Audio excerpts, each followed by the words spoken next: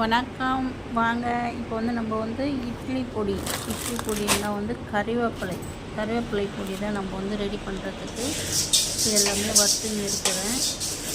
நம்ம மாடி மேலே தான் வச்சு இதெல்லாம் ரெடி பண்ணுறேன். எண்ணெய் காய்ச்சிட்டு நான் இங்கே தான் காய்ச்சுவேன்.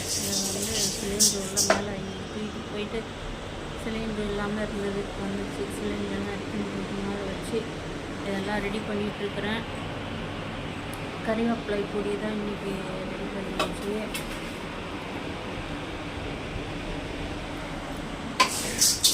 பார்த்திங்கன்னா கடலைப்பருப்பு கொஞ்சம் லேசான தீயில் தான் வச்சு வறுக்கணும். தீ ஜாஸ்தி வைக்கக்கூடாது. அதனால் லேசாக வறுத்து நான் சிம்மில் வச்சு செஞ்சுட்டுருக்குறேன். உங்களுக்கு வேணும்னா இந்த நம்பருக்கு கால் பண்ணி வாங்கிக்கோங்க. நிறைய ரெடி பண்ணுறேன். கொள்ளு பொடியெல்லாம் கூட ரெடி பண்ணுறேன், வாங்கிக்கோங்க.